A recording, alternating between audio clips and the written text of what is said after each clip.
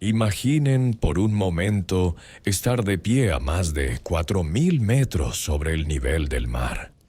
El aire es tan delgado que cada respiración se siente como un esfuerzo consciente, como si tus pulmones estuvieran tratando de extraer oxígeno de la nada misma. A tu alrededor se extienden picos montañosos que perforan el cielo, sus cumbres perpetuamente cubiertas de nieve, que brilla con un resplandor casi cegador bajo el sol andino. Pero cuando ese sol comienza a descender detrás de las montañas, algo cambia. La temperatura, que durante el día podría haber alcanzado los 15 o 20 grados centígrados, se desploma en picada. En cuestión de horas, el termómetro puede caer por debajo de cero, muy por debajo de cero. Este es el mundo de los Andes, una de las cadenas montañosas más formidables del planeta. Con más de 7.000 kilómetros de longitud, serpenteando por la columna vertebral de Sudamérica, los Andes han sido testigos del surgimiento y caída de innumerables civilizaciones. Pero ninguna dominó estas montañas tan completamente, tan brillantemente como los incas.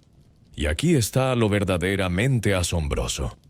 No solo sobrevivieron en este ambiente hostil, prosperaron. Construyeron un imperio que, en su apogeo, albergaba entre 12 y 14 millones de personas a lo largo de más de 2 millones de kilómetros cuadrados, abarcando territorios que hoy conocemos como Perú, Bolivia, Ecuador, partes de Chile, Argentina y Colombia. Pero ¿cómo lo hicieron? ¿Cómo una civilización sin ruedas, sin caballos, sin un sistema de escritura como lo conocemos nosotros, logró no solo sobrevivir, sino florecer en uno de los ambientes más despiadados de la Tierra? Esta es la historia que vamos a explorar hoy. Una historia de ingenio humano, de adaptación brillante, de tecnologías que se adelantaron siglos a su tiempo. Una historia que comienza con comprender exactamente qué tipo de desafío representaban los inviernos andinos. Los Andes no son como otras montañas. Su altura extrema, combinada con su ubicación cerca del Ecuador, crea un patrón climático único y particularmente traicionero. A diferencia de las regiones templadas donde el invierno y el verano se definen principalmente por la temperatura, en los Andes tropicales y subtropicales, las estaciones se definen más por las precipitaciones. Hay una estación seca y una estación lluviosa, pero ambas pueden ser brutalmente frías, especialmente en las altitudes donde los incas establecieron muchos de sus centros más importantes. En la región del altiplano, esa vasta meseta que se extiende entre Perú y Bolivia a altitudes que superan los 3.500 metros, las noches pueden ser mortales incluso en lo que nosotros consideraríamos verano. Durante los meses de invierno del hemisferio sur, de junio a agosto, las temperaturas nocturnas rutinariamente caen a -5 o -10 grados centígrados, y en las elevaciones más altas pueden descender hasta -20 grados. Pero aquí viene lo insidioso. Durante el día, ese mismo sol implacable que hace brillar la nieve puede calentar la tierra hasta 15 grados o más. Esta oscilación extrema de temperatura, esta variación de 30 grados o más entre el día y la noche, presenta desafíos únicos para cualquier forma de vida. Y no es solo el frío. La altitud misma es un enemigo constante. A 4.000 metros, el aire contiene aproximadamente 60% del oxígeno disponible al nivel del mar. Esto significa que cada actividad física, desde caminar hasta trabajar en los campos, requiere significativamente más esfuerzo. El cuerpo humano debe adaptarse, produciendo más glóbulos rojos para transportar el oxígeno limitado disponible. Para los visitantes modernos de lugares como Cusco o La Paz, el mal de altura es una realidad incómoda. Pero para los incas, que nacían y crecían en estas altitudes, la adaptación era generacional, codificada en sus propios cuerpos a través de siglos de evolución. La sequedad del aire es otro factor crucial. En las alturas andinas, la humedad relativa puede caer hasta niveles desérticos. Esto significa que el cuerpo pierde agua más rápidamente a través de la respiración y la piel, aumentando el riesgo de deshidratación. Y cuando llegan las nevadas, cosa que ocurre regularmente durante los meses de invierno, las tormentas pueden ser feroces y repentinas, transformando el paisaje en un laberinto blanco donde la visibilidad se reduce a metros y el riesgo de hipotermia se vuelve muy real en cuestión de minutos. Pero tal vez el desafío más fundamental era simplemente alimentarse. En estas altitudes extremas, muy pocas plantas pueden crecer. La temporada de cultivo es corta, brutalmente corta. El suelo puede permanecer congelado durante meses.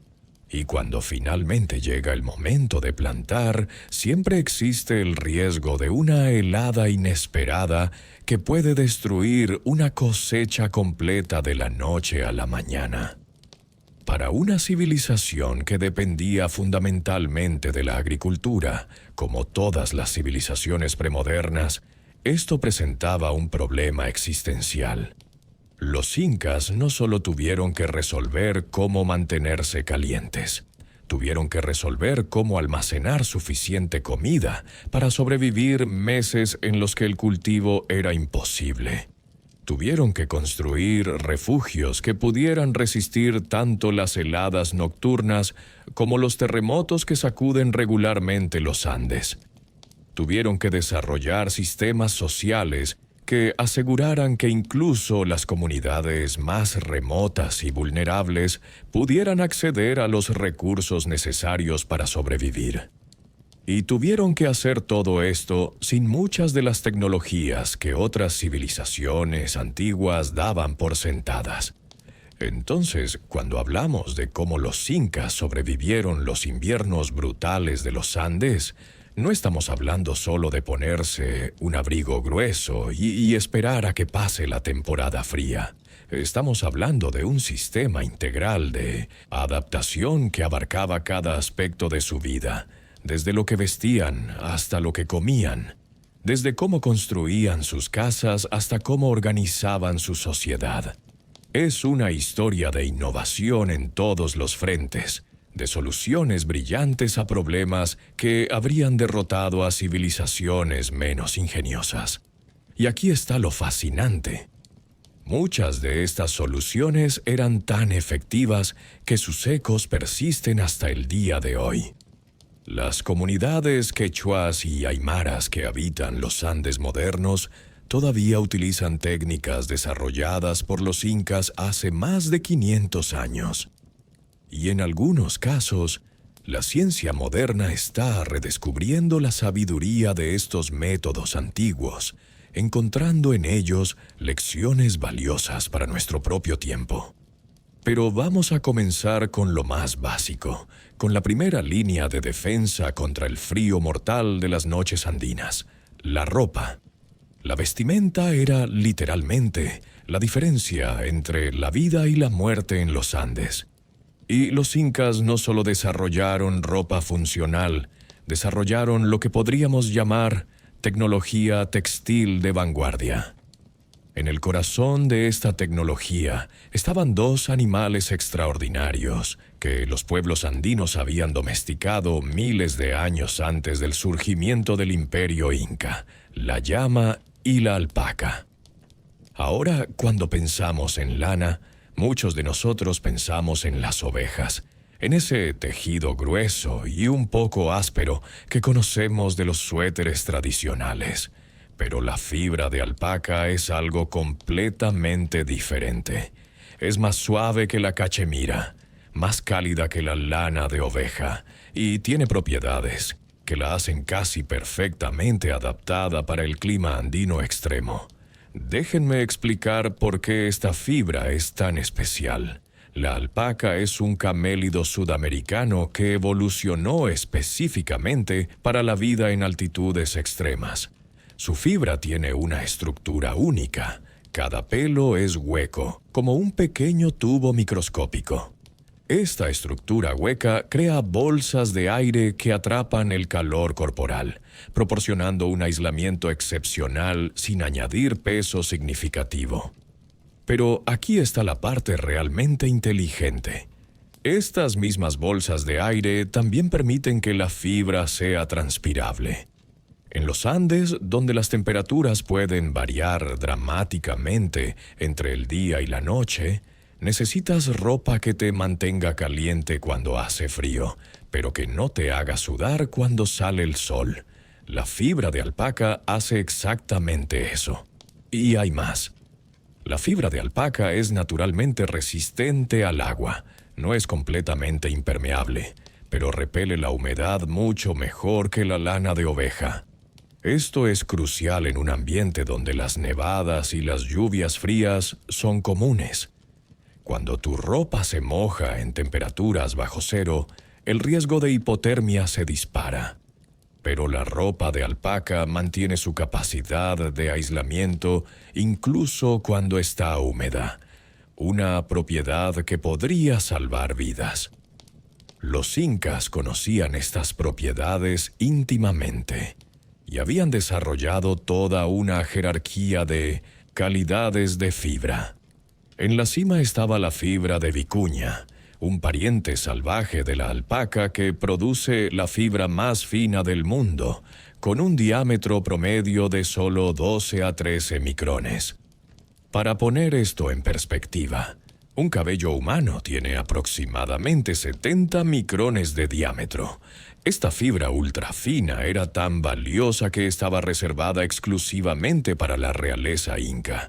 El Zapa Inca, el emperador, era el único que podía vestir prendas hechas completamente de vicuña. Un escalón por debajo venía la fibra de alpaca, particularmente lo que hoy llamamos alpaca bebé, que no proviene de alpacas bebés, sino del primer esquilado de cualquier alpaca.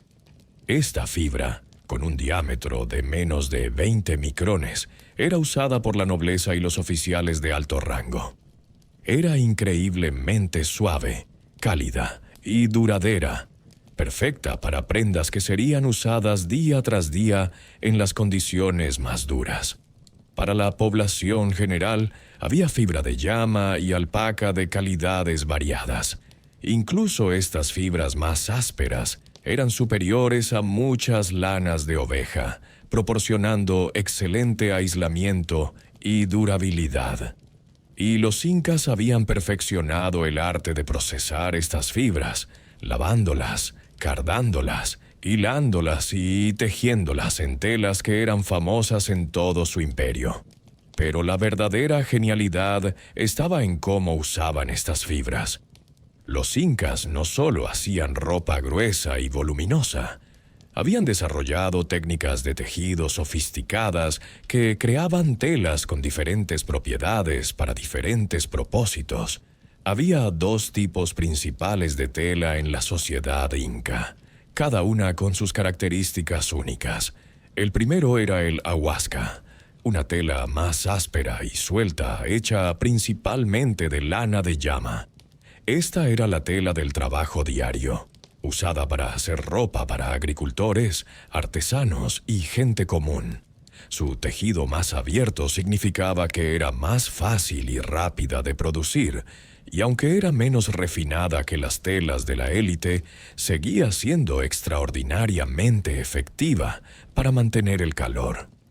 El ahuasca se usaba para túnicas de trabajo, mantas, bolsas y sacos.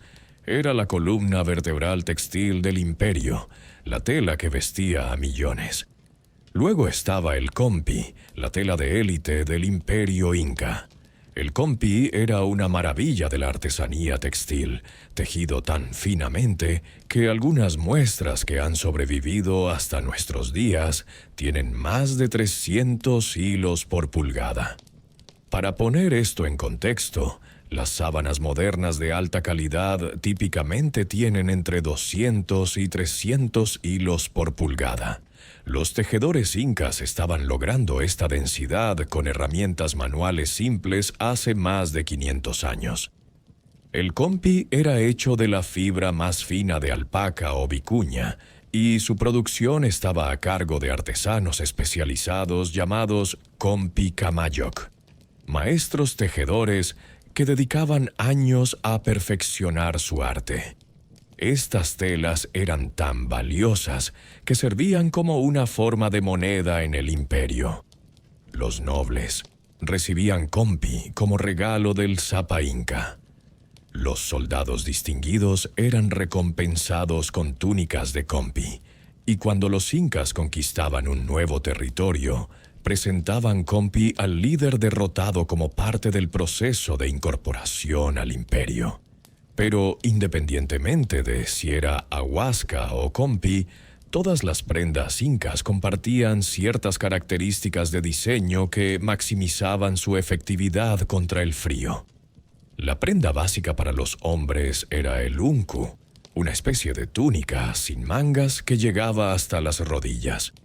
El unku se usaba sobre una camisa interior y se complementaba con una manta rectangular llamada yacoya, que se envolvía alrededor de los hombros y se sujetaba con un prendedor grande. Esta estratificación de capas era inteligente por varias razones. Primero, creaba bolsas de aire entre las capas, aumentando el aislamiento. Segundo, permitía flexibilidad. Podías ajustar cuántas capas usabas dependiendo de la temperatura. Durante el día, cuando hacía más calor, podías quitarte la yacoya. Por la noche podías añadir más capas.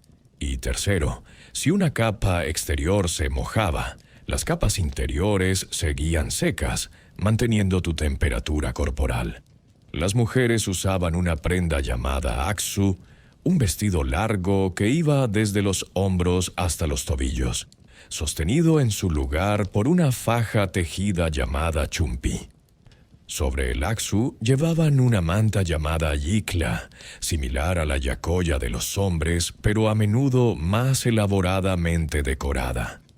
Estas prendas también seguían el principio de capas, proporcionando aislamiento ajustable. Y no nos olvidemos de los pies y la cabeza, dos áreas críticas para la retención del calor. Los incas usaban sandalias llamadas usuta, hechas de fibras vegetales o cuero de llama, que a menudo tenían forros de lana para mayor calidez. Para la cabeza había una variedad de gorros y tocados. El chullo, ese gorro andino con orejeras que todavía es icónico hoy en día, era común entre la gente común. La nobleza usaba tocados más elaborados, pero todos servían el propósito crucial de retener el calor corporal que se pierde rápidamente a través de la cabeza. Lo que hace que todo esto sea aún más impresionante es considerar el proceso de producción. Cada prenda era hecha a mano, desde la esquila de la alpaca o llama hasta el hilado de la fibra, el teñido con colores naturales derivados de plantas, minerales e insectos, y finalmente el tejido. Una sola túnica de compi podría tomar semanas o incluso meses de trabajo constante. Y sin embargo, el imperio producía estos textiles en cantidades suficientes para vestir a toda su población. Esto era posible gracias a un sistema organizado de producción textil.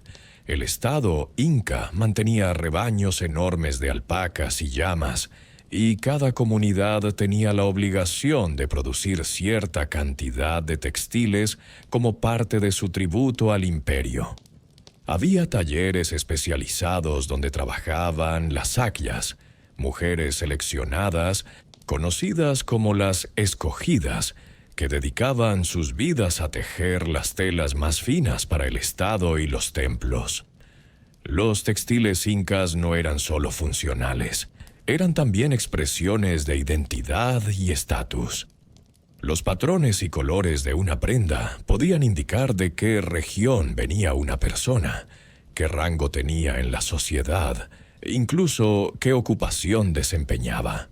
Los diseños geométricos comunes incluían patrones de tablero de ajedrez, formas abstractas de animales como pumas, serpientes y aves, y símbolos que tenían significados cosmológicos. Cada comunidad tenía sus propios diseños distintivos, transmitidos de generación en generación. Es importante entender que para los incas, los textiles eran más que simples prendas de vestir. Eran una forma de arte, una expresión cultural, un medio de intercambio económico y una necesidad de supervivencia, todo a la vez. Las mejores piezas de Compi eran consideradas tan valiosas como el oro o la plata, si no más.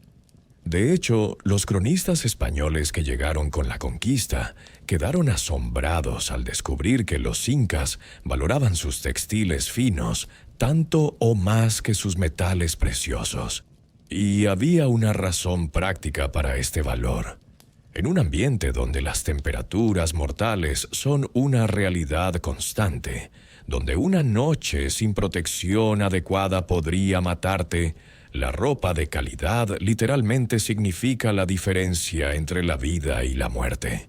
Los incas lo entendían profundamente y por eso invirtieron tanta energía y recursos en desarrollar lo que era, sin exageración, una de las tradiciones textiles más avanzadas del mundo premoderno. Cuando los investigadores modernos analizan textiles incas preservados, los que han sobrevivido en las condiciones extremadamente secas de ciertas tumbas andinas, se maravillan de su calidad. Los hilos son increíblemente uniformes. Los tintes permanecen vibrantes después de más de 500 años. Las técnicas de tejido son sofisticadas, incluyendo métodos como el tejido de doble tela, donde dos capas de tela se tejen simultáneamente en el mismo telar, creando textiles reversibles que son hermosos por ambos lados. Es fascinante considerar que mientras los europeos medievales a menudo usaban lana de oveja que era áspera y pesada, los incas estaban vistiendo prendas de alpaca que eran más suaves, más ligeras, más cálidas y más apropiadas para su ambiente extremo. Habían encontrado la solución perfecta a un problema ambiental específico, y esa solución estaba creciendo en los lomos de millones de alpacas y llamas en las montañas. Pero incluso la mejor ropa tiene sus límites. Cuando las temperaturas caen lo suficiente, cuando las tormentas de nieve barren el altiplano con vientos que pueden cortar como cuchillos, necesitas más que solo capas de lana. Necesitas refugio. Necesitas muros que puedan resistir tanto el frío como los terremotos que sacuden regularmente estas montañas. Necesitas arquitectura que no solo sea funcional, sino que pueda durar siglos. Y aquí, una vez más, los incas demostraron un ingenio notable. La arquitectura inca es mundialmente famosa, y con razón. Cuando vemos imágenes de Machu Picchu o Sacsayhuamán, con sus enormes bloques de piedra tan perfectamente encajados que no puedes deslizar un cuchillo entre ellos, nos asombramos de la precisión técnica. Pero más allá de la belleza estética, cada aspecto del diseño arquitectónico inca servía a propósitos prácticos críticos para la supervivencia en su ambiente hostil. Comencemos con el material más básico, la piedra. Los Andes están literalmente hechos de piedra. Montañas de granito, andesita, diorita y caliza se extienden hasta donde alcanza la vista. Para los incas, esto significaba que tenían acceso a un material de construcción prácticamente ilimitado que ofrecía propiedades excepcionales para sus necesidades. La piedra es uno de los mejores aislantes térmicos naturales. Una vez que se calienta, retiene ese calor durante horas. Durante el día, las paredes de piedra absorbían el calor del sol andino. Por la noche, liberaban ese calor lentamente, ayudando a mantener el interior de los edificios significativamente más cálido que el exterior helado. Pero no cualquier construcción de piedra sirve. Los incas desarrollaron técnicas específicas que maximizaban estas propiedades térmicas. Las paredes de las casas comunes típicamente tenían entre 40 y 60 centímetros de espesor. Las estructuras más importantes, como templos y palacios, podían tener paredes aún más gruesas. Este grosor no era solo para durabilidad, era para aislamiento. Mientras más gruesa la pared, mejor retiene el calor y más lentamente pierde temperatura cuando cae la noche. La forma de los edificios también importaba. La estructura inca típica era rectangular, con un solo cuarto sin divisiones internas. Esta simplicidad servía a múltiples propósitos. Primero, un espacio sin dividir es más fácil de calentar que uno dividido en múltiples habitaciones. El calor se distribuye más uniformemente. Segundo, la ausencia de esquinas internas elimina puntos donde el aire frío podría estancarse. Y tercero, hacía las estructuras más resistentes a los terremotos, un peligro constante en los Andes. Pero tal vez el aspecto más distintivo de la arquitectura inca es la forma trapezoidal de puertas, ventanas y nichos. Si observas cualquier edificio inca, notarás que estas aberturas son más anchas en la base que en la parte superior. Esto no era solo una elección estética. Esta forma trapezoidal tiene propiedades estructurales importantes. Distribuye el peso de manera más uniforme y hace que la estructura sea más resistente a los movimientos sísmicos. Durante un terremoto, los edificios con aberturas rectangulares tradicionales son más propensos a desarrollar grietas en las esquinas de las ventanas y puertas. La forma trapezoidal minimiza esta debilidad. Además, desde una perspectiva térmica, menos aberturas significan menos pérdida de calor. Los incas generalmente construían edificios con pocas ventanas, y esas ventanas eran relativamente pequeñas. Esto ayudaba a retener el calor interior. Las puertas podían cerrarse con pesadas cortinas tejidas que proporcionaban aislamiento adicional. Durante las noches más frías, estas cortinas eran esenciales para mantener el calor adentro. Las paredes también tenían otra característica intrigante: inclinarse ligeramente hacia adentro a medida que subían.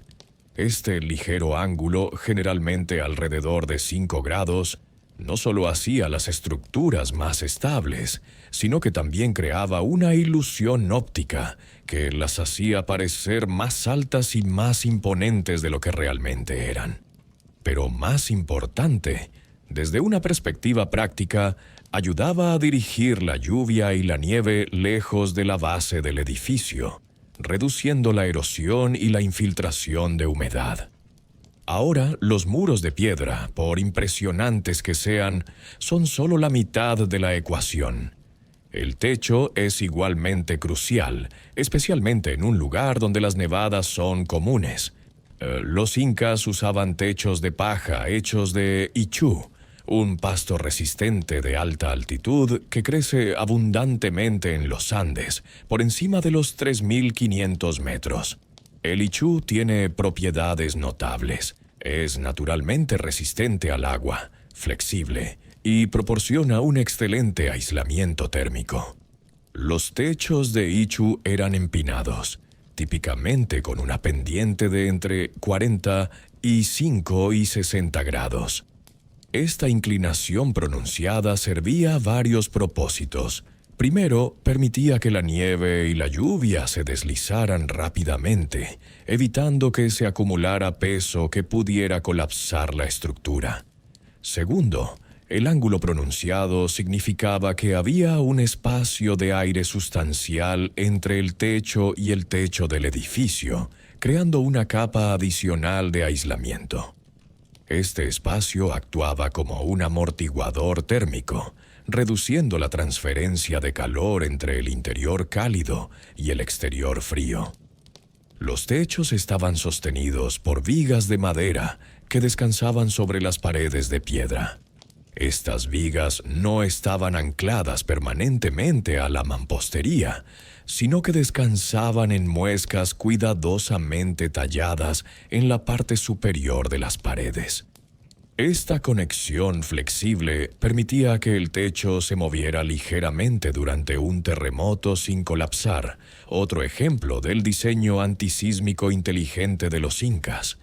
El ichu mismo se tejía en capas densas, a menudo de más de 30 centímetros de espesor en las estructuras de élite. Cuando se hacía correctamente, un techo de ichu era prácticamente impermeable y podía durar entre 10 y 20 años antes de necesitar reemplazo. El mantenimiento regular era importante. Las comunidades organizaban eventos de trabajo colectivo para reparar y reemplazar secciones dañadas del techo, asegurando que ninguna familia quedara expuesta a los elementos. Pero la vivienda individual era solo una parte del diseño arquitectónico inca.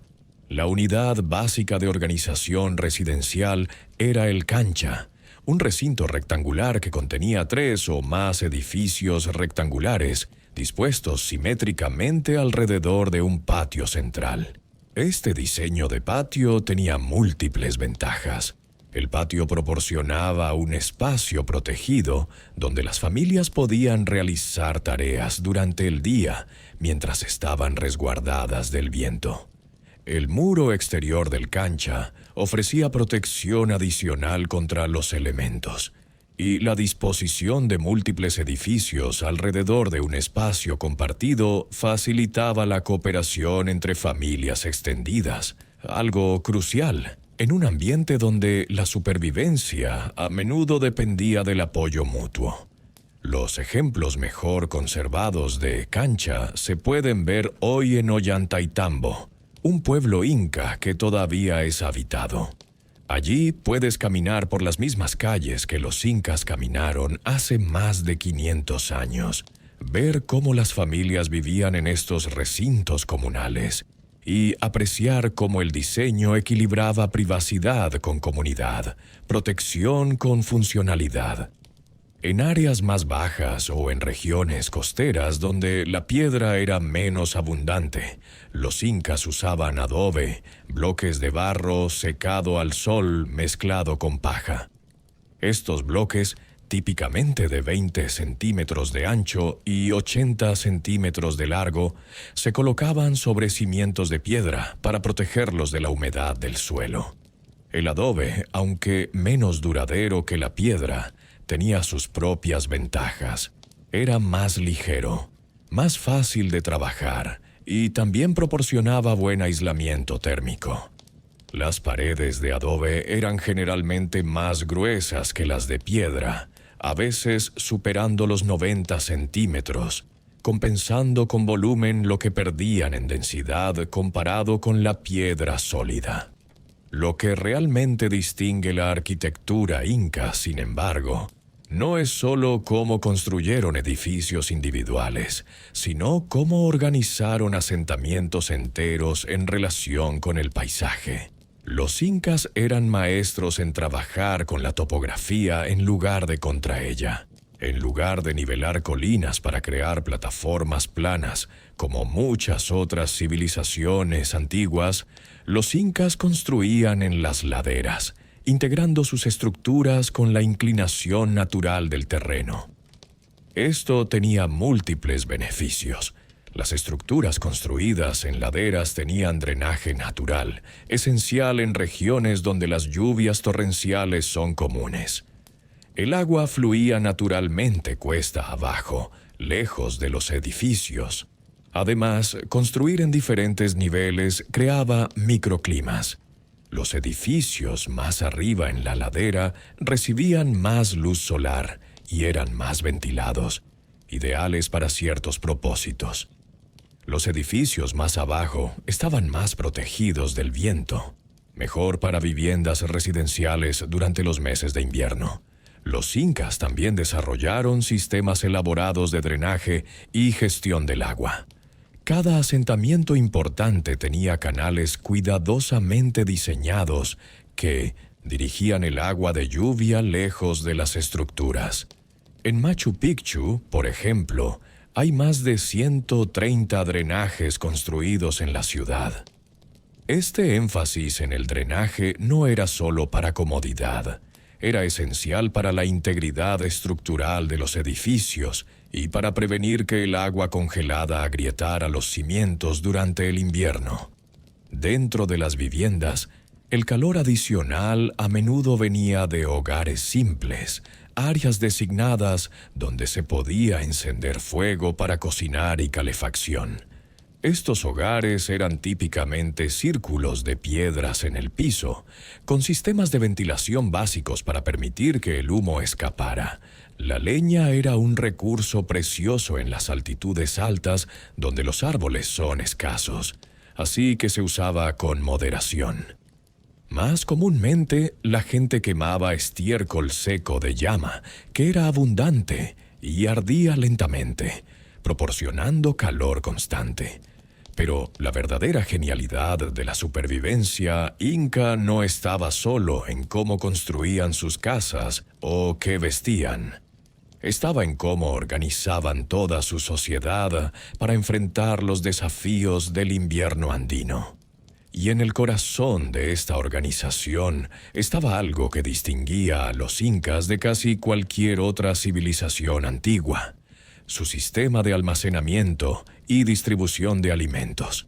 Aquí llegamos a uno de los aspectos más fascinantes y menos conocidos de la ingeniería inca: el chuño y la red de Colca, que permitía al imperio almacenar suficiente comida para sobrevivir años de malas cosechas.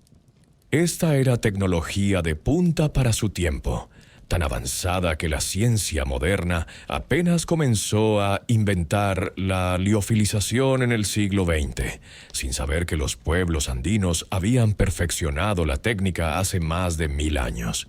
El chuño es, en términos simples, una papa liofilizada. Pero llamarlo simplemente eso sería como llamar a un reloj suizo simplemente algo que dice la hora.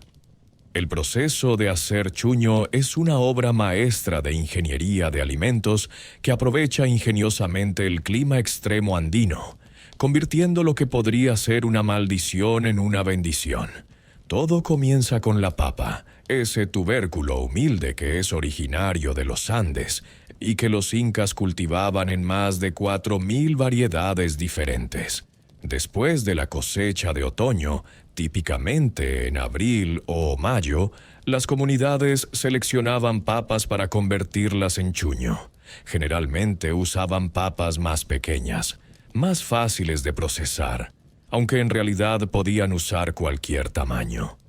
Las papas seleccionadas se extendían en el suelo, usualmente sobre camas de paja o mantas, en áreas planas especialmente designadas, llamadas chuñochinapampas, que en aymara significa literalmente el lugar donde se hace el chuño.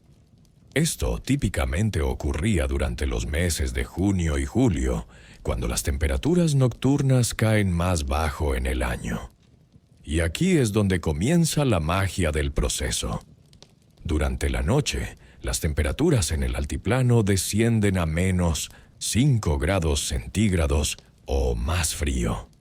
Las papas expuestas a estas temperaturas se congelan completamente sólidas. La estructura celular dentro de la papa se rompe cuando el agua dentro de las células se convierte en hielo.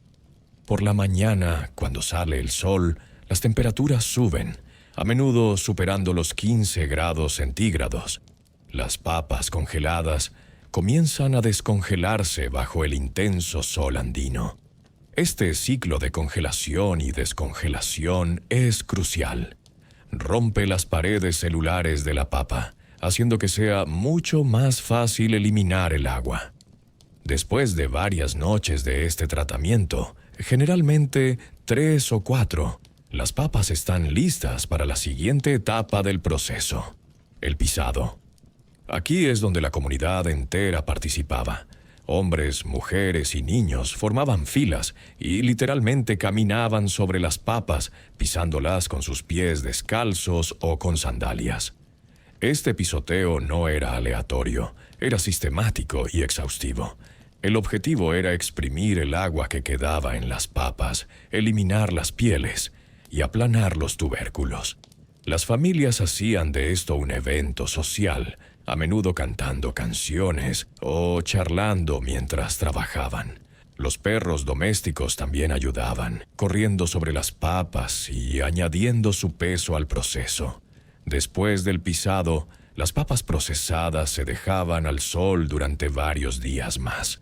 El intenso sol andino y la baja humedad del aire trabajaban juntos para deshidratar completamente las papas. Al final de este proceso, que tomaba alrededor de una semana en total, lo que quedaba era el chuño. Papas negras, arrugadas, ligeras como el aire, completamente secas. El resultado es extraordinario. El chuño puede almacenarse durante décadas sin refrigeración. Hay historias de chuño que ha sido almacenado por 20 años o más y sigue siendo perfectamente comestible. Esto era crucial para una civilización que enfrentaba la constante amenaza de sequías, heladas inesperadas o plagas que podían destruir cosechas enteras. Con reservas adecuadas de chuño, una comunidad podía sobrevivir años de malas cosechas. Además, el chuño era increíblemente ligero. El proceso de liofilización elimina aproximadamente 80% del peso de la papa, haciendo que sea mucho más fácil de transportar. Esto era vital para un imperio sin ruedas o animales de carga grandes. Las llamas podían transportar cargas de 20 a 30 kilogramos, así que cada kilo contaba. Un soldado inca en marcha podía llevar suficiente chuño para semanas de alimentación sin que la carga fuera prohibitivamente pesada. Pero hay más de una variedad de papas liofilizadas. El chuño negro, el tipo que he descrito, era el más común, hecho con papas que simplemente se congelaban, pisaban y secaban. Pero también había chuño blanco, conocido como moralla o tunta. Este proceso era un poco más elaborado. Para hacer moralla, las papas congeladas no se pisaban inmediatamente. En lugar de eso, se sumergían en agua fría, a menudo en bolsas tejidas colocadas en arroyos de montaña o en estanques especialmente construidos.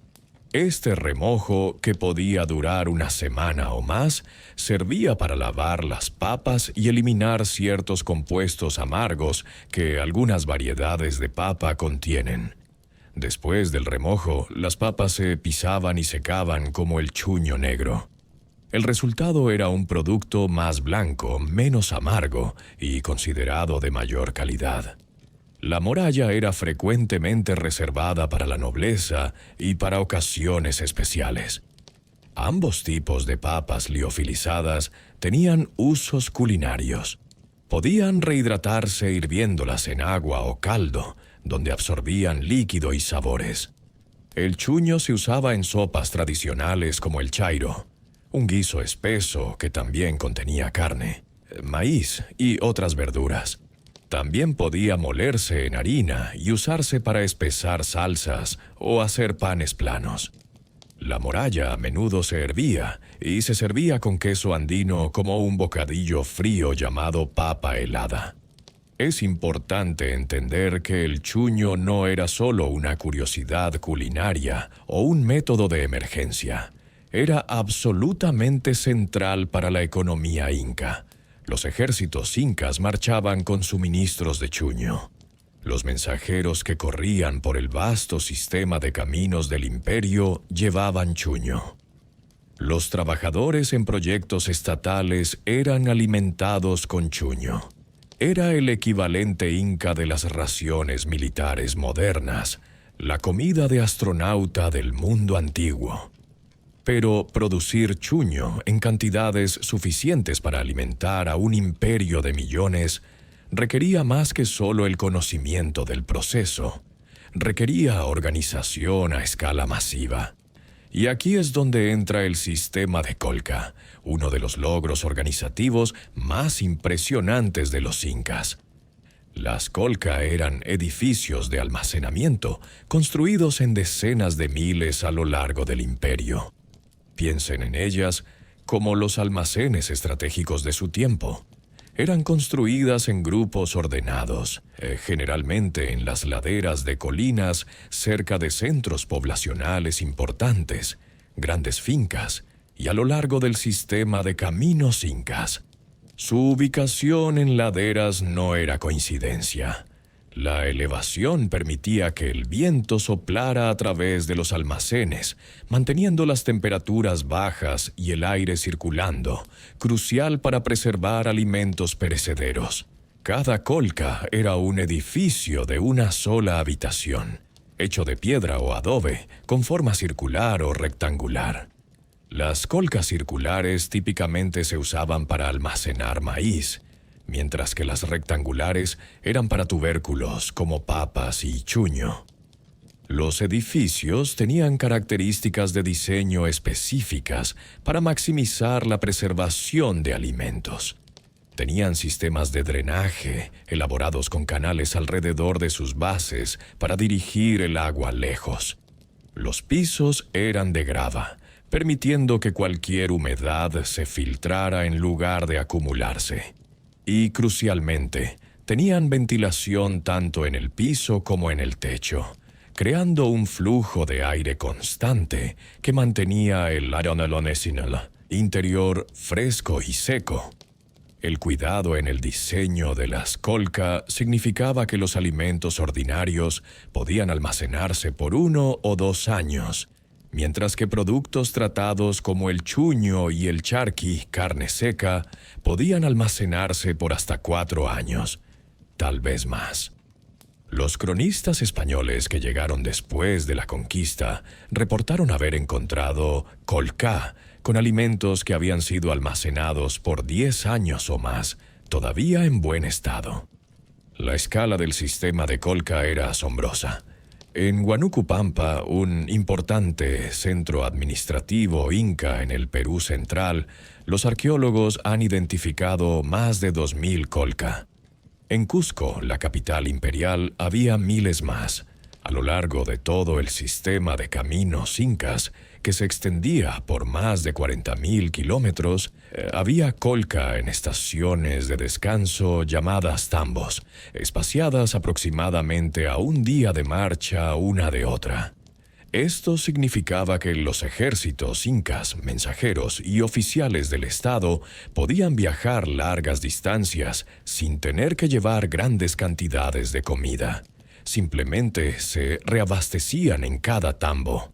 Pero, ¿qué se almacenaba exactamente en estas decenas de miles de colca? Los inventarios eran diversos.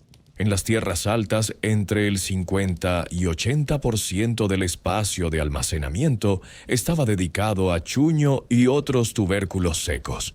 También había quinoa, ese grano andino increíblemente nutritivo que puede crecer en altitudes donde pocos otros cultivos sobreviven. Había frijoles, maíz seco y charqui. El charqui merece una mención especial aquí. Era carne seca, generalmente de llama o alpaca, aunque a veces de venado u otros animales de caza. El proceso de hacer charqui era similar al del chuño, en que aprovechaba el clima andino extremo. La carne se cortaba en tiras delgadas, se salaba liberalmente y luego se colgaba en el aire frío y seco de las alturas. El sol intenso y la baja humedad trabajaban juntos para deshidratar la carne completamente. El resultado era un producto que podía durar meses o años, proporcionando proteína crucial en un lugar donde criar ganado a gran escala era difícil. De hecho, el charqui inca era tan efectivo que los conquistadores españoles adoptaron el método y lo llevaron de vuelta a Europa, donde evolucionó en lo que hoy conocemos como jerky en inglés, una palabra que deriva directamente del quechua charqui. Además de comida, las colca almacenaban textiles, coca, madera, herramientas, armas e incluso artículos de lujo como plumas tropicales y metales preciosos. Los cronistas españoles describieron colca llenas hasta el techo con mantas de lana. Otras contenían más de 100.000 aves secas, preservadas por sus plumas, que se usaban para hacer ropa ceremonial elaborada. El sistema era tan extenso y bien organizado que el Estado inca podía redistribuir recursos de regiones con excedentes a regiones que enfrentaban escasez. Si una región en el norte tenía una cosecha particularmente buena de maíz, ese excedente podía almacenarse y luego enviarse a una región en el sur que había sufrido una sequía. Esta capacidad de redistribución a gran escala era una de las claves de la estabilidad del imperio inca, pero administrar este vasto sistema de almacenamiento requería llevar registros meticulosos. Y aquí nos encontramos con otra innovación inca notable, el quipú. Los quipus eran sistemas de cuerdas anudadas que los incas usaban en lugar de escritura. Una cuerda principal tenía cuerdas colgantes, y en estas cuerdas colgantes se hacían nudos en posiciones específicas. El tipo de nudo, su posición en la cuerda, y el color de la cuerda, todos comunicaban información. Los contadores especializados, llamados quipucamayoc, usaban quipus para rastrear qué había en cada colca, cuánto había, cuándo fue almacenado y a dónde necesitaba ir. Era un sistema contable sorprendentemente sofisticado, capaz de rastrear inventarios complejos a lo largo de un imperio inmenso. Aunque todavía no podemos leer completamente los quipus que sobreviven, es claro que eran herramientas poderosas de administración que hacían posible el sistema de colca. La importancia de las colca no puede exagerarse. Eran lo que hacía posible que el imperio inca mantuviera ejércitos permanentes. Eran lo que permitía al Estado alimentar a trabajadores en proyectos masivos de construcción. Eran la red de seguridad que protegía a la población de la hambruna cuando las cosechas fallaban. Y eran posibles gracias a una comprensión profunda de la preservación de alimentos, ingeniería de almacenamiento y administración logística. Los ejércitos romanos, a menudo considerados el estándar dorado de la organización militar en el mundo antiguo, dependían en gran medida de forrajear en las tierras que atravesaban, lo que a menudo significaba despojando a la población local de sus alimentos. Los ejércitos incas no necesitaban hacer eso. Podían marchar a través de su imperio y más allá, manteniéndose completamente abastecidos desde las colca. Algunos historiadores han argumentado que los suministros militares incas eran superiores a lo que los romanos o incluso Napoleón proporcionaban a sus tropas. Pero todo este sistema de almacenamiento y distribución dependía de algo más fundamental: la cooperación de millones de personas. Los incas necesitaban gente para cultivar las papas, hacer el chuño, construir y mantener las colca, transportar los alimentos, llevar los registros, y lograron coordinar todo esto a través de sistemas sociales únicos que definían la vida en el imperio inca: el Aini y la Mitá. Aquí llegamos a tal vez el aspecto más fundamental de la supervivencia inca en los Andes hostiles, algo que va más allá de la tecnología o la ingeniería hacia el reino de la organización social y el pensamiento filosófico. Los incas comprendieron algo profundo. En un ambiente tan duro que ningún individuo podría sobrevivir solo, la supervivencia dependía absolutamente de la cooperación. Y construyeron toda su sociedad alrededor de este principio. El Aini es un concepto difícil de traducir directamente al español. Reciprocidad es la traducción más cercana, pero no capta completamente la profundidad de la idea.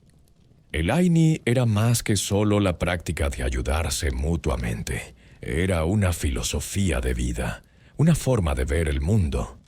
Los incas creían que todas las cosas en el universo estaban interconectadas en una red de relaciones recíprocas. Los humanos tenían obligaciones no solo entre ellos, sino también con la naturaleza, con la Pachamama, la Madre Tierra, con los apus, los espíritus de las montañas. En términos prácticos, el Aini significaba que si tu vecino te ayudaba a cosechar tu campo hoy, tú tenías la obligación de ayudarlo a cosechar el suyo mañana. Si una familia compartía su comida contigo en un momento de necesidad, tú compartirías la tuya con ellos cuando tuvieran necesidad. No era caridad, era reciprocidad. No era opcional, era una obligación moral fundamental. Este sistema de reciprocidad mutua creaba una red de seguridad social increíblemente resistente. En los Andes, donde un cultivo podría fallar, donde una tormenta de nieve podría matar tu ganado, donde una enfermedad podría incapacitarte, saber que tu comunidad te apoyaría era literalmente la diferencia entre la vida y la muerte, y funcionaba porque todos participaban, todos daban y todos recibían. El Aini se manifestaba de muchas formas. A nivel familiar, tomaba la forma de guaye guaye, trabajo comunitario entre parientes. Si necesitabas construir una casa, tus parientes venían a ayudar. Si necesitabas plantar un campo grande, organizabas un día de guaye guaye, donde todos venían a trabajar juntos. A cambio, proporcionabas comida y bebida, y todos sabían que cuando ellos necesitaran ayuda, tú corresponderías. A nivel comunitario había minca, trabajo colectivo para proyectos que beneficiaban a toda la comunidad. Construir canales de irrigación, reparar caminos, mantener terrazas agrícolas, todo esto se hacía a través de minca. Los líderes comunitarios organizaban estos eventos de trabajo y todos participaban porque todos se beneficiaban. Es importante entender que estos no eran conceptos abstractos o ideales lejanos. Eran parte del tejido cotidiano de la vida inca. Cuando los cronistas españoles llegaron y vieron comunidades enteras trabajando juntas en proyectos masivos, sin aparente compensación individual, estaban confundidos. En su sistema económico europeo, la motivación era el beneficio individual. Pero los incas operaban bajo un paradigma completamente diferente, donde la recompensa no era dinero o posesiones, sino la seguridad de pertenecer a una red de reciprocidad mutua. Este sistema era particularmente crucial durante el invierno. Cuando las temperaturas caían y las reservas de alimentos se agotaban, la supervivencia dependía de compartir. Las familias que tenían más compartían con las que tenían menos, sabiendo que en el futuro, cuando la fortuna pudiera revertirse, ellos recibirían ayuda a su vez. Las comunidades organizaban fiestas comunales donde se compartía comida, asegurando que nadie pasara hambre mientras la comunidad en su conjunto tuviera algo que comer.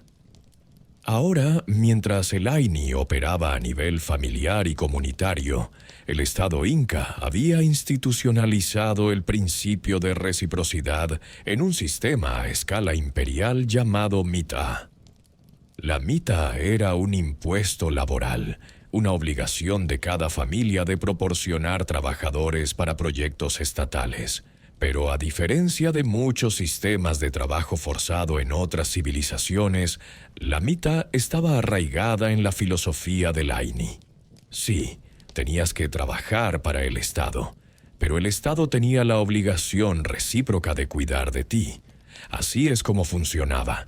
Cada hombre adulto en el imperio debía entre 2 y 4 meses de trabajo al año al Estado. Este trabajo podía tomar muchas formas. Podría ser asignado a trabajar en las tierras del Estado, cultivando cultivos que irían a la skolka. Podría ser enviado a trabajar en un proyecto de construcción, ayudando a construir caminos, puentes, templos o fortalezas. Podrías servir en el ejército. O podrías trabajar en talleres estatales, produciendo textiles, cerámicas u otras artesanías. Crucialmente, mientras estabas cumpliendo tu mitad, el Estado te proporcionaba todo lo que necesitabas. Te daban comida de la skolka, ropa, alojamiento y herramientas. Si te lesionabas, recibías cuidado médico. Y tu familia, que dejabas atrás, también era cuidada por el Estado durante tu ausencia. Este aspecto recíproco era fundamental.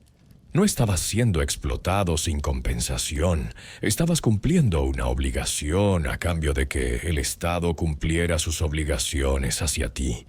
Además, la mitad estaba organizada para que no fuera una carga insoportable.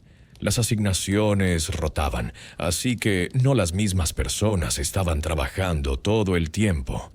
Y el trabajo se programaba cuidadosamente para evitar conflictos con las temporadas agrícolas cruciales. No se te llamaría para mitad justo cuando necesitabas plantar o cosechar tus propios campos. El sistema permitía al Estado Inca movilizar enormes cantidades de trabajo cuando era necesario.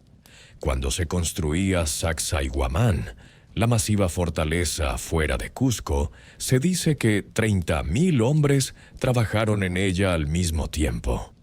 Cuando se construía el sistema de carreteras incas, que eventualmente abarcó más de 40,000 kilómetros de caminos pavimentados a través de algunas de las geografías más difíciles del mundo, fueron los trabajadores de la Mita quienes hicieron el trabajo. Pero la mitad no era solo sobre grandes proyectos de construcción. También era crucial para mantener la skolka, para producir los textiles que vestían al imperio, para extraer metales y sal. Era la maquinaria laboral que mantenía al imperio funcionando. Y funcionaba porque estaba arraigado en principios culturales profundos de reciprocidad y obligación mutua. Es importante notar que después de la conquista española, los colonizadores pervirtieron el sistema de la mitad, transformándolo de un impuesto laboral recíproco en un sistema brutal de trabajo forzado en las minas, particularmente en Potosí. Esta versión colonial de la mitad era inhumana y mortal, causando sufrimiento incalculable. Pero era una perversión de la institución original inca, que si bien ciertamente imponía obligaciones, las equilibraba con responsabilidades estatales. La unidad social básica donde operaban estos principios era el Aylú. El Aylú era un grupo de parentesco, algo entre una familia extendida y un clan, que típicamente controlaba cierta cantidad de tierra comunal. Los Aylús eran la columna vertebral de la sociedad inca. Todos pertenecían a un Aylú, y tu Aylú definía en gran medida tu identidad y tu lugar en el mundo. Dentro del Aylú, los principios del Aini se vivían diariamente. Los miembros del Aylú trabajaban juntos en las tierras comunales, compartían recursos, se apoyaban mutuamente durante crisis. Los Aylús también tenían sus propias kolka, almacenes comunales donde guardaban reservas para tiempos difíciles. Si un miembro del Aylú sufría una pérdida, los otros miembros proporcionaban apoyo.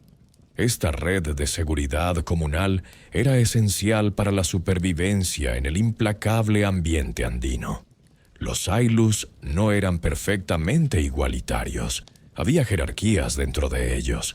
Algunos linajes tenían más prestigio que otros.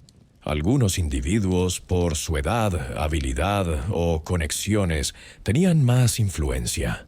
Pero incluso con estas jerarquías, había un sentido fundamental de destino compartido y responsabilidad mutua. A nivel de imperio, los incas organizaban los Ailus en unidades administrativas más grandes. Múltiples Ailus formaban una marca, múltiples marcas formaban una provincia, y así sucesivamente en una jerarquía administrativa cuidadosamente estructurada. Esta organización permitía al Estado coordinar la mitad, recolectar productos de las tierras del Estado, mantener censos de población y redistribuir recursos según fuera necesario. Los Quipucamayok nuevamente jugaban un papel crucial aquí, rastreando qué Aylú debía, cuánto trabajo, qué provincias habían contribuido, qué recursos, dónde había excedentes y dónde había necesidad. Era un sistema de gestión estatal sorprendentemente sofisticado. Uno que permitía a los incas gobernar efectivamente uno de los imperios más grandes del mundo, sin algo que consideraríamos escribir.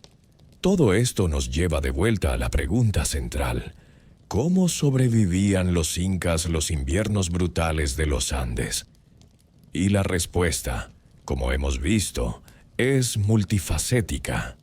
Sobrevivían a través de tecnología textil avanzada que los mantenía calientes, a través de arquitectura inteligente que los protegía de los elementos, a través de innovación en preservación de alimentos que les permitía almacenar comida por años, a través de un sistema masivo de almacenamiento y distribución que podía mover recursos de regiones con excedentes a regiones con necesidad.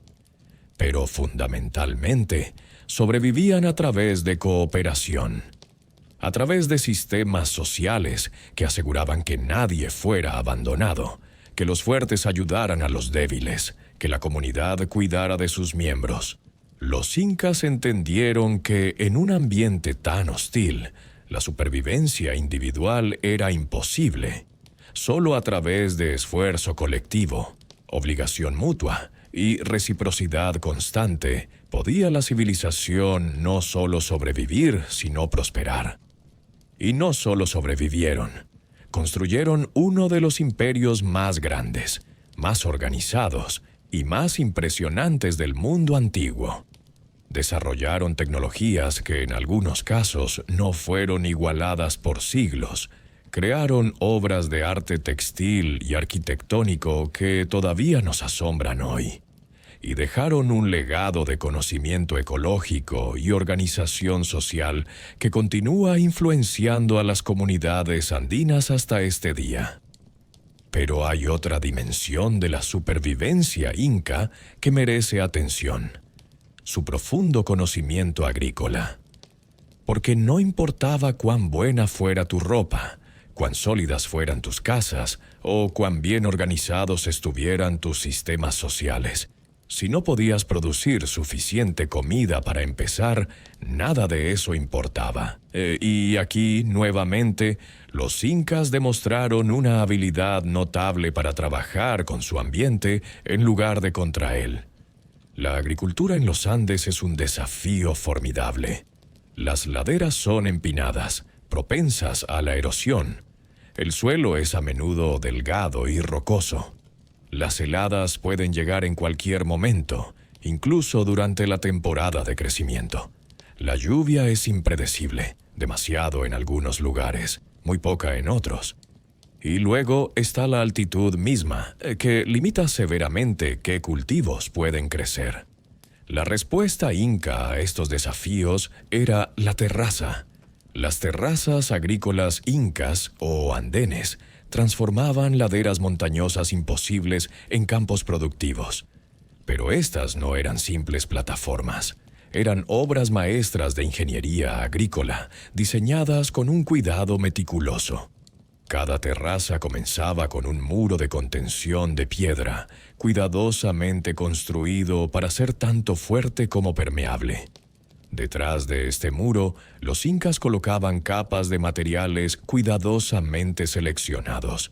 En el fondo, grava grande para drenaje, luego grava más pequeña, luego arena, y finalmente, en la parte superior, tierra fértil traída de otros lugares.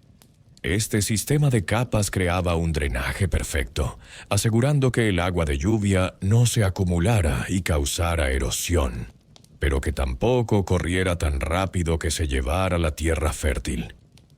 El resultado era que incluso en una tormenta torrencial, el agua se filtraba a través de las capas, llegando finalmente a canales de drenaje en la base de las terrazas.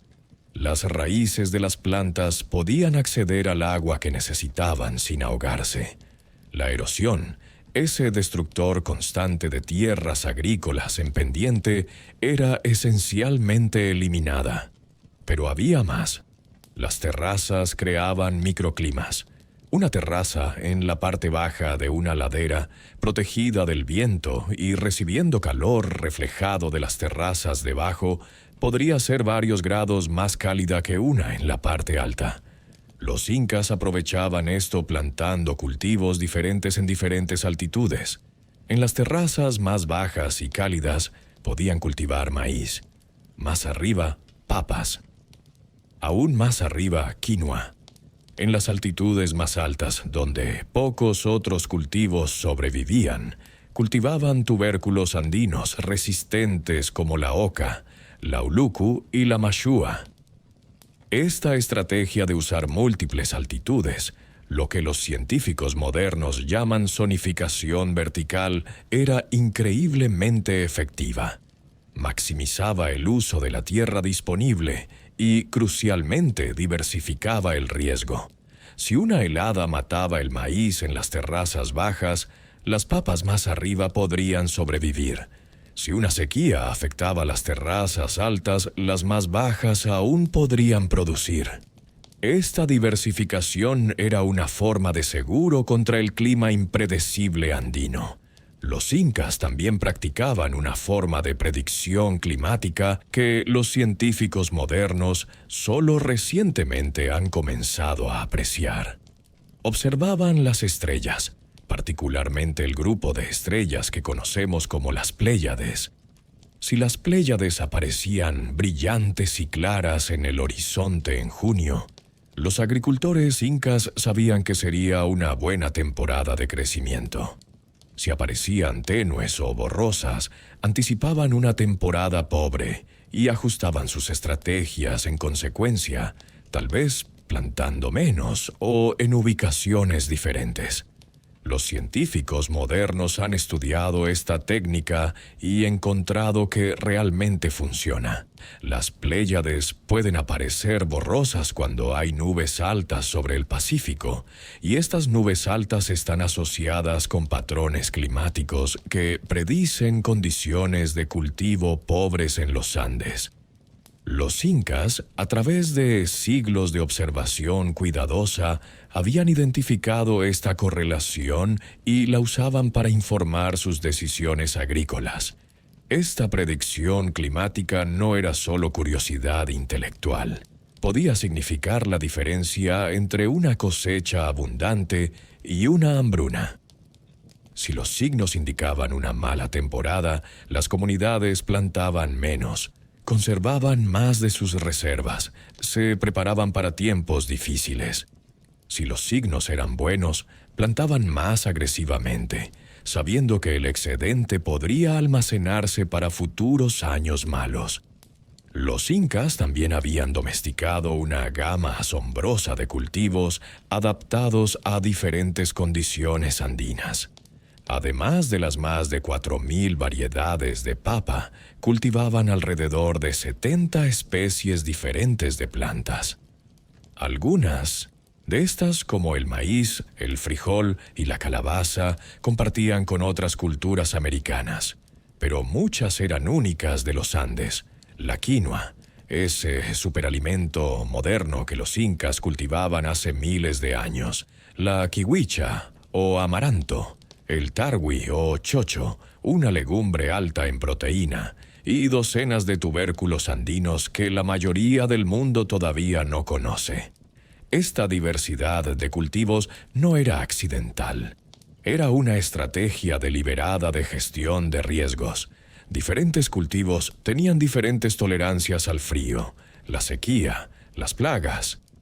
Al cultivar una amplia variedad, los incas aseguraban que algo sobreviviría sin importar qué desafíos trajera la temporada. Y cuando hablamos de los incas y la agricultura, no podemos olvidar a las llamas y alpacas. Estos animales eran absolutamente centrales para la vida andina. Proporcionaban lana para ropa, carne para comida y, quizás más importante, estiércol para fertilizante. El estiércol de llama era cuidadosamente recolectado, compostado y aplicado a los campos. Era rico en nitrógeno y otros nutrientes, mejorando dramáticamente la fertilidad del suelo. Las llamas también servían como animales de carga, los únicos animales domesticados de carga en las Américas precolombinas. Una llama puede llevar entre 20 y 30 kilogramos. No mucho comparado con un caballo o un buey, pero en las laderas empinadas y los caminos estrechos de los Andes, las llamas eran perfectas. Sus pies acolchados no erosionaban los caminos como lo harían los cascos. Podían navegar terrenos que ningún caballo intentaría. Los rebaños de llamas y alpacas pastaban en las altitudes más altas, en áreas de puna donde la agricultura era imposible, pero donde los pastos resistentes podían crecer. Esto significaba que los incas podían explotar ecosistemas que de otra manera no tendrían valor productivo. Los pastores, a menudo jóvenes o ancianos que no participaban en agricultura intensiva, pasaban meses en estas alturas, cuidando los rebaños, moviéndolos de un pasto a otro. Este sistema de pastoreo no era destructivo como el sobrepastoreo de ovejas y cabras introducidas después de la conquista española. Las llamas y alpacas tienen pies suaves que no dañan las raíces de las plantas. Pastan selectivamente, sin agotar completamente un área, y sus poblaciones estaban cuidadosamente gestionadas, con animales selectos sacrificados ritualmente o utilizados para carne y pieles, mientras que los mejores se mantenían para reproducción. Los productos de estos animales, especialmente textiles, eran tan valiosos que servían como una forma de moneda en el imperio. El Estado inca mantenía rebaños masivos, probablemente millones de animales, en tierras del Estado. El cuidado de estos rebaños era otra forma de mitá, con diferentes comunidades rotando la responsabilidad. Este sistema integrado de agricultura en terrazas, gestión de ganado, predicción climática y diversificación de cultivos permitía a los incas no solo sobrevivir, sino producir excedentes sustanciales. Y estos excedentes, almacenados en las colca, proporcionaban la base económica para todo lo demás que los incas lograron, desde sus proyectos de construcción masivos hasta sus conquistas militares hasta su elaborado estado religioso. Ahora, al considerar todos estos sistemas, ropa de alpaca, arquitectura de piedra, chuño y colca, aini y mita, terrazas y predicción climática, necesitamos dar un paso atrás y apreciar cómo todo encajaba. Ninguno de estos elementos por sí solo era suficiente. Era su integración, como cada parte apoyaba y reforzaba a las otras, lo que hacía que la supervivencia inca fuera posible. Considera un escenario. Es junio, pleno invierno andino. Una familia en el altiplano se despierta cuando las estrellas todavía son visibles el aliento congelándose en el aire. Se visten con capas de ropa de alpaca que los mantienen calientes mientras comienzan su día. Desayunan chuño rehidratado y charqui, alimentos que fueron preparados meses antes durante la cosecha. La casa de piedra con su techo grueso de ichu los ha protegido de las temperaturas bajo cero de la noche. Durante el día, el padre podría estar cumpliendo su mitad, trabajando con otros en reparar una sección de terrazas dañadas por las lluvias de la temporada pasada. El Estado le proporciona comida y ropa mientras trabaja. La madre podría estar tejiendo, produciendo textiles que serán su tributo al Ayllu. Los niños cuidan de las llamas de la familia en pastos cercanos. Por la tarde, cuando las temperaturas están más cálidas, la comunidad se reúne para pisotear papas para hacer chuño. Es un evento social, con todos participando, canciones cantadas, chistes compartidos. Los niños juegan, sus pies pequeños ayudando a procesar las papas. El chuño que están haciendo hoy podría alimentarlos durante los próximos 2 inviernos, o podría ser enviado a una colca para alimentar a soldados o trabajadores del Estado. Por la noche, la familia se reúne alrededor de un pequeño fuego alimentado por estiércol seco de llama. Comparten una comida de quinoa con hierbas, tal vez algo de carne si es un día especial. Discuten las observaciones de las estrellas que los ancianos han hecho, planeando qué plantar en las terrazas familiares cuando llegue la temporada de siembra. Se aseguran mutuamente que, sin importar qué desafíos traiga el próximo año, su Ayllu los apoyará como siempre lo ha hecho. Este ciclo de vida, esta red de tecnologías y relaciones sociales, era lo que hacía que la vida fuera sostenible en uno de los ambientes más hostiles de la Tierra. Y funcionó no solo para una familia o una comunidad, sino para millones de personas a lo largo de miles de kilómetros, durante siglos. Cuando los españoles llegaron en 1532, encontraron un imperio en su apogeo. Las crónicas españolas, aunque escritas por conquistadores que no tenían razón para elogiar a los incas, están llenas de asombro ante lo que encontraron. Describen almacenes llenos con años de suministros, ciudades con miles de habitantes, viviendo en altitudes que los españoles apenas podían respirar, caminos pavimentados cruzando montañas que parecían intransitables, puentes colgantes sobre abismos que aterrorizaban a los recién llegados, textiles tan finos que rivalizaban con cualquier cosa que Europa podía producir. Pero más que cualquier tecnología específica, lo que realmente asombró a algunos observadores más reflexivos era la organización social. Pedro Cieza de León, uno de los cronistas más cuidadosos, escribió sobre cómo ningún inca pasaba hambre mientras el Estado tuviera suministros, cómo los ancianos y enfermos eran cuidados por la comunidad, cómo el sistema aseguraba que todos tuvieran ropa y refugio. Por supuesto, no debemos romantizar demasiado.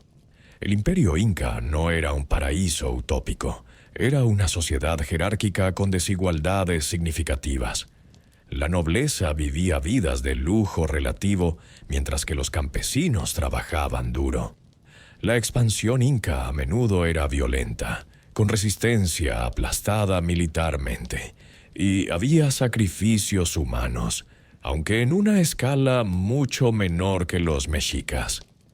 Pero en términos de cómo una sociedad puede organizarse para permitir que las personas sobrevivan y prosperen en un ambiente extremo, los incas desarrollaron soluciones que eran, de muchas maneras, más efectivas y más humanas que las de muchas otras civilizaciones antiguas. Y estas soluciones no murieron con la conquista. A pesar de los tremendos trastornos de la colonización, a pesar de enfermedades que mataron a millones, A pesar de la supresión activa de las prácticas indígenas, muchas de las técnicas de supervivencia incas persisten. Las comunidades quechuas y aymaras en los Andes hoy todavía hacen chuño usando los mismos métodos básicos. Todavía practican formas de aini, ayudándose mutuamente en cosechas y construcción. Todavía usan ropa de alpaca. Todavía mantienen y usan algunas de las terrazas incas, esas estructuras que han sobrevivido más de 500 años. Y en algunos casos, el mundo moderno está redescubriendo la sabiduría inca, la técnica de liofilización que los incas perfeccionaron hace siglos ahora alimenta a astronautas y alpinistas. Los principios de construcción antisísmica de la arquitectura inca están siendo estudiados por ingenieros modernos. La quinoa, ese cultivo inca por excelencia, ha sido proclamada por las Naciones Unidas como un superalimento para el siglo XXI. Los sistemas de gestión de agua incas están siendo revividos para ayudar a las comunidades modernas a enfrentar el cambio climático. Hay lecciones aquí que van más allá de la tecnología específica. Los incas nos enseñan sobre la importancia de trabajar con el ambiente en lugar de contra él, de ver los desafíos ambientales no como obstáculos a conquistar, sino como problemas a resolver a través de la innovación inteligente. Nos enseñan sobre el valor de la diversificación y la redundancia, de no poner todos tus huevos en una sola canasta, por así decirlo. Y tal vez más importante, nos enseñan sobre el poder de la cooperación y la reciprocidad. En nuestro mundo moderno, donde el individualismo a menudo es elevado como el valor supremo, donde la competencia es vista como el motor del progreso, los incas nos recuerdan que algunos problemas solo pueden resolverse a través del esfuerzo colectivo, que en los ambientes más duros, la supervivencia requiere interdependencia, no independencia. Este es un mensaje particularmente relevante mientras enfrentamos los desafíos del cambio climático, que está afectando particularmente a las regiones montañosas como los Andes. Los glaciares que han proporcionado agua durante milenios están retrocediendo. Los patrones climáticos se están volviendo más erráticos. Las comunidades andinas que han vivido en estas montañas durante siglos están luchando para adaptarse. Irónicamente, algunas de las soluciones que se están explorando provienen directamente del libro de jugadas inca. Proyectos para revivir terrazas antiguas, esfuerzos para reintroducir variedades tradicionales de cultivos que son más resistentes al estrés climático, iniciativas para fortalecer los sistemas comunitarios de apoyo mutuo. En algunos lugares, las viejas técnicas están siendo combinadas con tecnología moderna, una síntesis del conocimiento ancestral y la ciencia contemporánea. Esto nos lleva a una reflexión final sobre el legado inca. Cuando pensamos en las grandes civilizaciones de la historia, a menudo nos enfocamos en sus logros monumentales. Las pirámides de Egipto, el Partenón de Grecia, el Coliseo de Roma. Los incas construyeron sus propios monumentos, Machu Picchu, Ollantaytambo, Sacsayhuamán, y estas estructuras nos asombran justamente. Pero quizás el logro más grande de los incas no fue ningún edificio o camino en particular. Fue el sistema integral que desarrollaron para permitir que millones de personas vivieran vidas dignas en uno de los ambientes más desafiantes del planeta.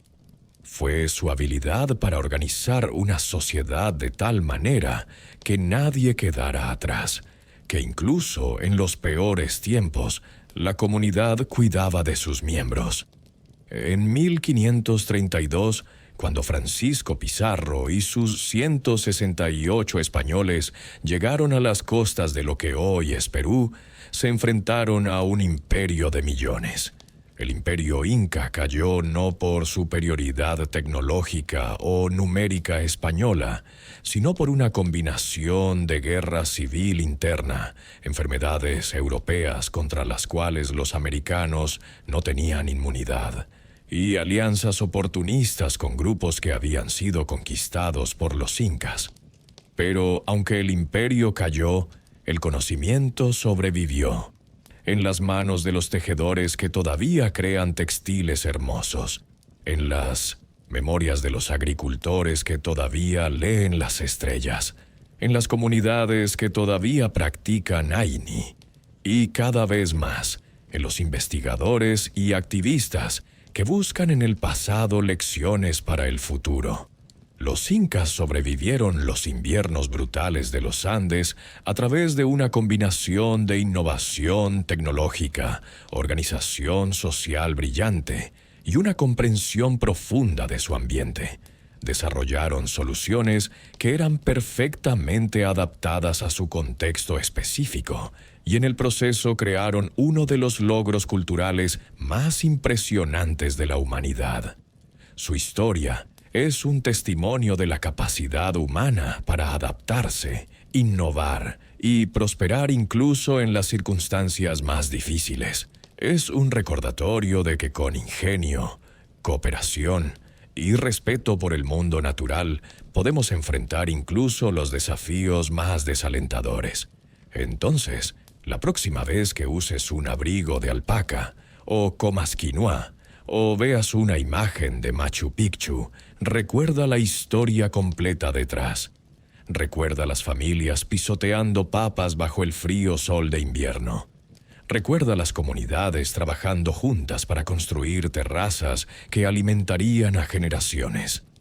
Recuerda el sistema de Colca que aseguraba que nadie pasara hambre.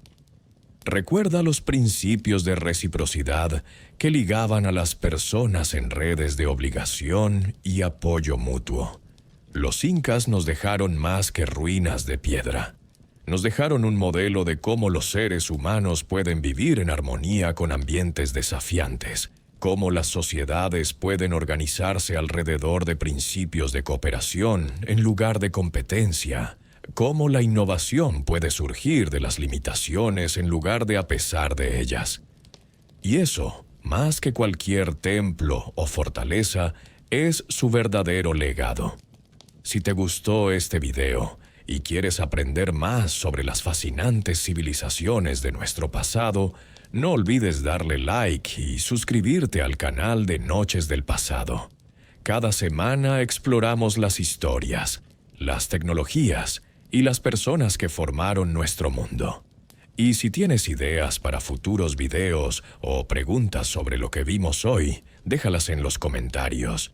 Nos encanta leer lo que piensan y tu feedback nos ayuda a hacer mejores videos. Gracias por acompañarnos en este viaje a través de los Andes helados y la ingeniosa civilización que aprendió no solo a sobrevivir, sino a prosperar allí. Hasta la próxima, amigos. Que la historia los inspire.